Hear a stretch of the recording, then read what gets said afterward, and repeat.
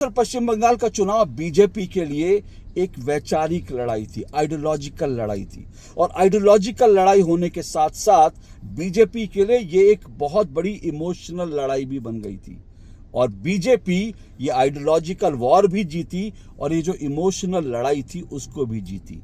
कैसे, ये आपको बताता हूं।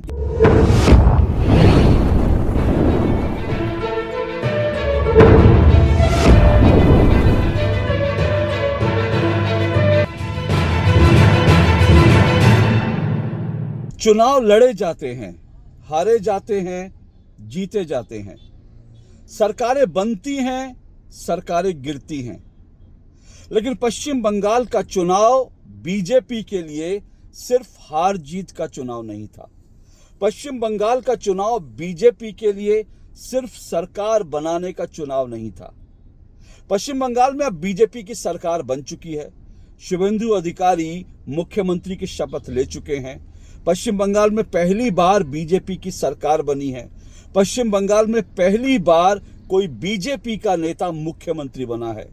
लेकिन जैसे मैंने कहा ना कि पश्चिम बंगाल का चुनाव सिर्फ हार जीत का चुनाव नहीं था। पश्चिम बंगाल का चुनाव सिर्फ सरकार बनाने का चुनाव नहीं था। दरअसल पश्चिम बंगाल का चुनाव बीजेपी के लिए एक वैचारिक लड़ाई थी, आइडियोलॉजिकल लड़ाई थी। और आइडियोलॉजिकल लड़ाई होने के साथ साथ बीजेपी के लिए ये एक बहुत बड़ी इमोशनल लड़ाई भी बन गई थी। और बीजेपी ये आइडियोलॉजिकल वॉर भी जीती और ये जो इमोशनल लड़ाई थी उसको भी जीती। कैसे, ये आपको बताता हूं। आपने श्यामा प्रसाद मुखर्जी का नाम जरूर सुना होगा। जी हाँ, वही श्यामा प्रसाद मुखर्जी जिन्होंने जनसंघ की स्थापना की थी। जनसंघ दरअसल बीजेपी ही है। आज जिसको हम बीजेपी के रूप में जानते हैं वो दरअसल जनसंघ है। पहले उस पार्टी का नाम जनसंघ था, बाद में वो बीजेपी हुई। अब जनसंघ की स्थापना 1951 में डॉक्टर श्यामा प्रसाद मुखर्जी ने की थी। डॉक्टर श्यामा प्रसाद मुखर्जी पश्चिम बंगाल के बेटे थे, बंगाल के बेटे थे, और उन्होंने जनसंघ की स्थापना की थी। दरअसल श्यामा प्रसाद मुखर्जी जब बंगाल का विभाजन हुआ ना, जब आज़ादी का पूरा संघर्ष चल रहा था और उसके बाद भारत के बंटवारे को लेकर जब चीजें चल रही थी, बंगाल का बंटवारा हुआ, उस वक्त जो है ये पूरा का पूरा बंगाल जो है वो पाकिस्तान में जाने वाला था। लेकिन जो हिंदू जहां रहते थे, यानी हिंदू जहां बहुसंख्यक थे पश्चिम बंगाल में, जिसको आज पश्चिम बंगाल जानते हैं, डॉक्टर श्यामा प्रसाद मुखर्जी ने उसके लिए लड़ाई लड़ी और कहा कि ये जो हिंदू बहुल जो आबादी वाला इलाका है वो पाकिस्तान नहीं बनना चाहिए, वो भारत का हिस्सा रहना चाहिए। डॉक्टर श्यामा प्रसाद मुखर्जी ने ये लड़ाई लड़ी और जीती भी। तो आज जिसको हम पूर्वी बंगाल कहते हैं वो, क्योंकि मुस्लिम बहुल इलाका था, वो पाकिस्तान बन गया। जिसको हम माफ कीजिएगा, जिसको हम बांग्लादेश कहते हैं, और इसको पहले पूर्वी पाकिस्तान कहते थे। ये जो है पूर्वी पाकिस्तान हुआ, फिर बांग्लादेश हुआ और पश्चिम बंगाल भारत में रह गया। तो डॉक्टर श्यामा प्रसाद मुखर्जी वो श्यामा प्रसाद मुखर्जी है जिन्होंने बंगाल को एक तरह से बचाया, और वो बंगाल के बेटे थे, और उन्होंने ही जनसंघ की स्थापना की जो आज बीजेपी कहलाती है। तो 1951 में भले ही डॉक्टर श्यामा प्रसाद मुखर्जी ने जनसंघ की स्थापना की, लेकिन उसके बाद 1951 से लेकर साल 2026 तक बीजेपी या फिर जनसंघ वो पश्चिम बंगाल में वो कहीं नहीं थे, राजनीतिक ताकत नहीं थी। और इससे बड़ी बात क्या हो सकती है, देखिए ना कि आज इतने साल बाद, यानी कि जब जनसंघ की स्थापना हुई थी उसके 25 साल बाद जो है आज वहां बीजेपी की सरकार बनने जा रही है। इसलिए मैं कहता हूं कि डॉक्टर श्यामा प्रसाद मुखर्जी को अगर किसी ने सच्ची श्रद्धांजलि दी है तो वो नरेंद्र मोदी ने दी है, अमित शाह ने दी है। डॉक्टर श्यामा प्रसाद मुखर्जी को इससे बड़ी श्रद्धांजलि क्या हो सकती है कि जिस बंगाल को बचाने के लिए उन्होंने संघर्ष किया, जिस बंगाल के वो बेटे थे, उस बंगाल में आज बीजेपी का परचम लहरा रहा है। और इससे भी बड़ी बात मैं आपको एक और बात बताता हूँ। देखिए, डॉक्टर श्यामा प्रसाद मुखर्जी का जन्म जो है वो कहाँ हुआ? उनका जन्म पश्चिम बंगाल में हुआ, बंगाल में हुआ। और उनकी मृत्यु कहाँ हुई? उनकी रहस्यमय मृत्यु जो है वो जम्मू कश्मीर में हुई। जम्मू कश्मीर में क्यों? क्योंकि जम्मू कश्मीर में पहले परमिट लेकर लोगों को जाना पड़ता था। जम्मू कश्मीर में क्योंकि इस तरह की व्यवस्था थी कि भारत का कोई नागरिक अगर जम्मू कश्मीर जाना चाहता था तो उसको परमिट लेना पड़ता था बाकायदा। डॉक्टर श्यामा प्रसाद मुखर्जी ने इसको तोड़ा और कहा कि पूरा भारत जो है वो एक है, और इसीलिए भारत के किसी हिस्से में जाने के लिए किसी नागरिक को जो है परमिट लेने करने की ज़रूरत नहीं। डॉक्टर श्यामा प्रसाद मुखर्जी ने उसके लिए संघर्ष किया और उसके बाद जो जम्मू कश्मीर में उस वक्त ये जो फारूक अब्दुल्ला हैं, उमर अब्दुल्ला हैं, फारूक अब्दुल्ला के पिता उमर अब्दुल्ला के दादा जो हैं, उन्होंने शेख अब्दुल्ला ने उनको जेल में डाल दिया और रहस्यमय परिस्थितियों में डॉक्टर श्यामा प्रसाद मुखर्जी की मृत्यु हो गई। इसीलिए बीजेपी जब कश्मीर की बात करती है, बीजेपी हमेशा कहती है जहां हुए बलिदान मुखर्जी वो कश्मीर हमारा है। तो आप सोचिए, कश्मीर जो है उसको भारत का अभिन्न हिस्सा डॉक्टर श्यामा प्रसाद मुखर्जी बनाना चाहते थे, इसीलिए उन्होंने जो है अपनी जान दी, बलिदान दिया। लेकिन अब ये देखिए कि 370 लगी हुई थी, तो क्या जम्मू कश्मीर भारत का जो है अभिन्न हिस्सा एक तरह से था? कहने के लिए कह सकते हैं कागजों में था, लेकिन नहीं था, क्योंकि वहाँ 370 लगी थी और वहाँ पर अलग तरह की व्यवस्थाएं थी।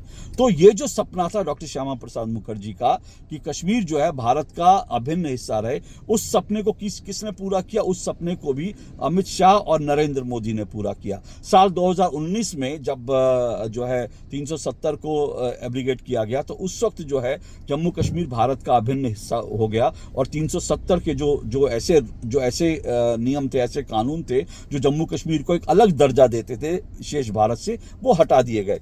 तो आप सोचिए इससे बड़ी श्रद्धांजलि क्या हो सकती है कि जिस बंगाल में डॉक्टर श्यामा प्रसाद मुखर्जी पैदा हुए, अमित शाह और नरेंद्र मोदी की जोड़ी ने उस बंगाल में बीजेपी की सरकार बना दी, परचम लहरा दिया और जम्मू कश्मीर जहां उनका बलिदान हुआ था, उस जम्मू कश्मीर को भारत का अभिन्न हिस्सा बना दिया।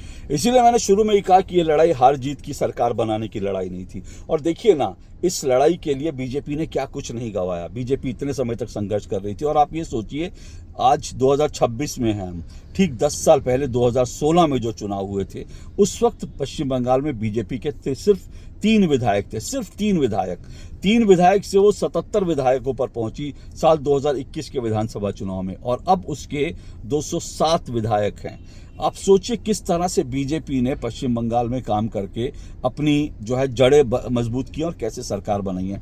इसीलिए बार बार मैं कहना चाहूँगा कि ये सिर्फ हार जीत का या सरकार बनाने का चुनाव नहीं था, बीजेपी के लिए ये आइडियोलॉजिकल चुनाव था, क्योंकि वो पश्चिम बंगाल जो 3 दशक से ज़्यादा समय तक वामपंथियों का गढ़ रहा, वामपंथियों का वो एक तरह का किला था, उन्होंने इसको एक लाल रंग का जो है अपना एक गढ़ बना दिया था। लेकिन आज उस लाल गढ़ में, उस लाल रंग के जो वामपंथ के गढ़ में थे, आज वहाँ भगवा लहरा रहा है। इसलिए मैं कहता हूँ आइडियोलॉजिकल जीत है, जहाँ पश्चिम बंगाल में वो राज्य जहाँ पर हमेशा वामपंथियों का कब्जा था, वामपंथी विचारधारा जहाँ दिखती थी, वामपंथी विचारधारा की बातें सुनाई देती थी, वहाँ पर अब जो है सीधे सीधे भगवा लहरा दिया है। वहाँ बीजेपी, जिसको राइट विंग की पार्टी कहते हैं, बीजेपी ने सरकार बना ली है। तो ये एक बहुत बड़ी जो है बीजेपी के लिए आइडियोलॉजिकल लड़ाई थी, जिसे बीजेपी ने जीता। इमोशनल लड़ाई कैसी हुई? क्योंकि इस बंगाल में सरकार बनाने के लिए बीजेपी के 300 से ज्यादा कार्यकर्ताओं ने अपनी जान दी। 300 से ज्यादा कार्यकर्ताओं ने जान दी। ये वो कार्यकर्ता है जिनको टीएमसी के गुंडों ने, क्योंकि वो उनको पॉलिटिकली चैलेंज करते थे, बीजेपी को सपोर्ट करते थे, तो उनको किसी न किसी रूप में, किसी को जो है ट्रक के नीचे कुचल दिया, किसी को गला घोट कर मार दिया, किसी के घर बम मार दिया, किसी की मौत ऐसी हुई और उसको मार करके जो है उसका शव जो है पेड़ पे लटका दिया और उसकी शर्ट पर, उसकी बॉडी पर ये लिख दिया कि बीजेपी को जो सपोर्ट करेगा उसका यही अंजाम होगा। इस तरह से बीजेपी के कार्यकर्ताओं को टॉर्चर किया जाता था। बीजेपी कार्यकर्ताओं के घरों में जो उनकी महिलाएं होती थी, उनके साथ बलात्कार किया जाता था, ये कहकर कि तुमने बीजेपी को सपोर्ट किया इसलिए तुम्हें अंजाम भुगतना पड़ेगा। अब आप सोचिए 300 से ज्यादा कार्यकर्ताओं की जान गई, और इसीलिए जो है बीजेपी के लिए मैंने कहा ये बहुत बड़ी इमोशनल लड़ाई थी।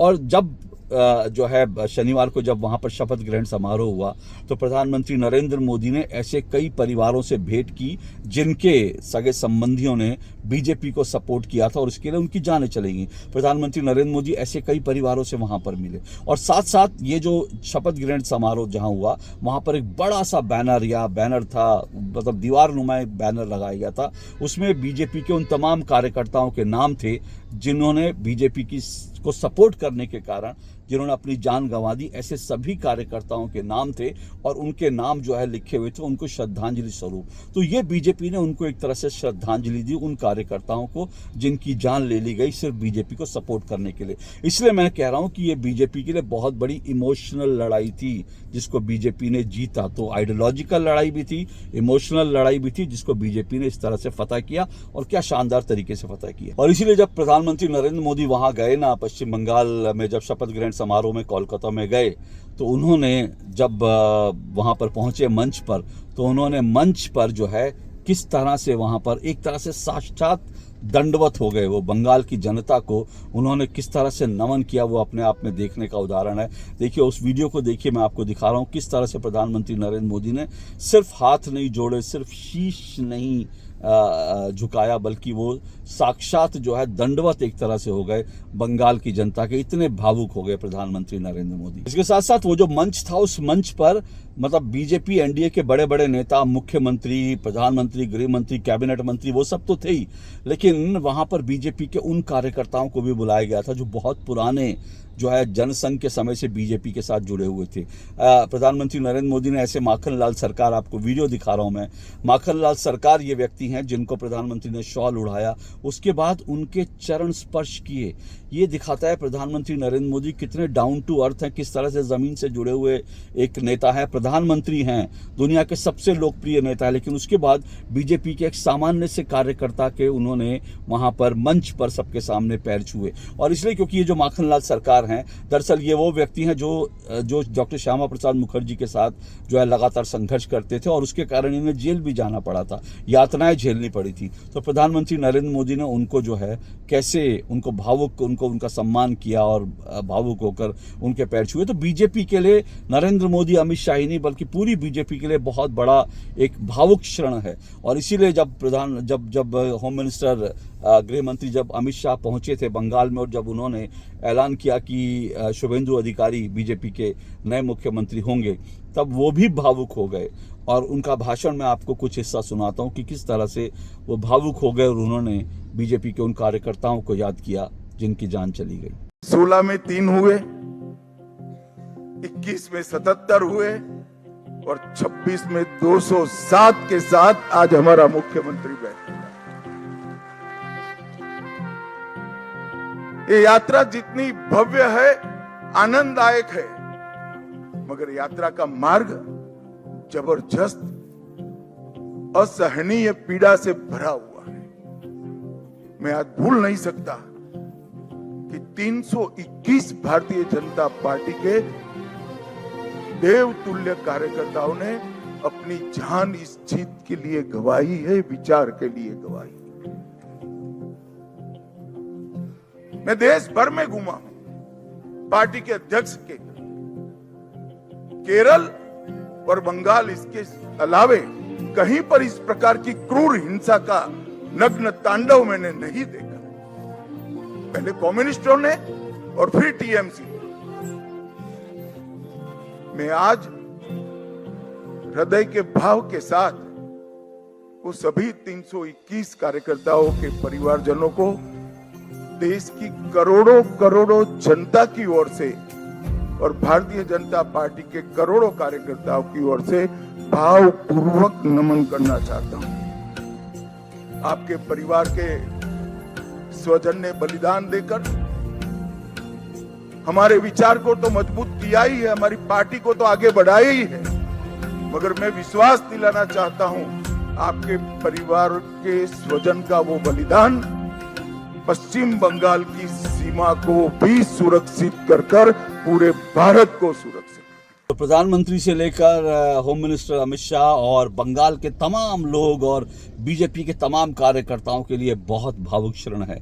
बीजेपी ने एक बहुत बड़ी पॉलिटिकल लड़ाई जीती है। मैंने कहा ये बीजेपी के लिए जो है इमोशनली और बीजेपी के लिए आइडियोलॉजिकली लड़ाई तो थी, एक बहुत बड़ी पॉलिटिकल लड़ाई जीती है, क्योंकि बीजेपी को ये माना जाता था, ये कहा जाता था बीजेपी हिंदी पट्टी की भाषा जो पार्टी है वो जो है गैर हिंदी प्रदेशों में नहीं जीत सकती। और बीजेपी के खिलाफ ममता बनर्जी और बाकी तमाम पार्टियां यही बड़ा मुद्दा बनाती थी, ये तो उत्तर भारत की पार्टी है, ये बंगालियों को स्वीकार नहीं होगी, बांग्ला भाषी कैसे स्वीकार इसको कर लेंगे, और इस तरह की बातें बीजेपी के खिलाफ कही जाती थी। तो पॉलिटिकल एक नारा बनाया गया था कि ये तो गुजरात के 2 लोग हैं, ये तो जो है हिंदी भाषी प्रदेश वाले हैं, इनका बंगालियों से क्या मतलब है, तो माछ नहीं खाने देंगे, ये तो बांग्ला भाषा का ऐसा वो कर देंगे, ये कर देंगे, इस तरह की बातें कही जाती थी।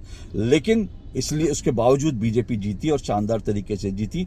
तो बहुत बड़ी पॉलिटिकल लड़ाई, क्योंकि इसका एक बहुत बड़ा पॉलिटिकल मैसेज है। मैंने पहले भी आपको बता दिया, बंगाल में जीत का जो संदेश है वो दक्षिण भारत के राज्यों को भी छुएगा और साथ साथ जो है अब उत्तर प्रदेश में भी वो लहर पहुंचेगी। और जिस तरह से यहाँ हिंदू यूनाइट हुआ, हिंदुओं का जो है जो मुस्लिम पोलराइजेशन होता था उसके अगेंस्ट में जिस तरह से हिंदू एकजुट हुआ, इसकी धमक जो है वो उत्तर प्रदेश के चुनाव में भी सुनाई देगी और 2029 के लोकसभा चुनाव में भी सुनाई देगी।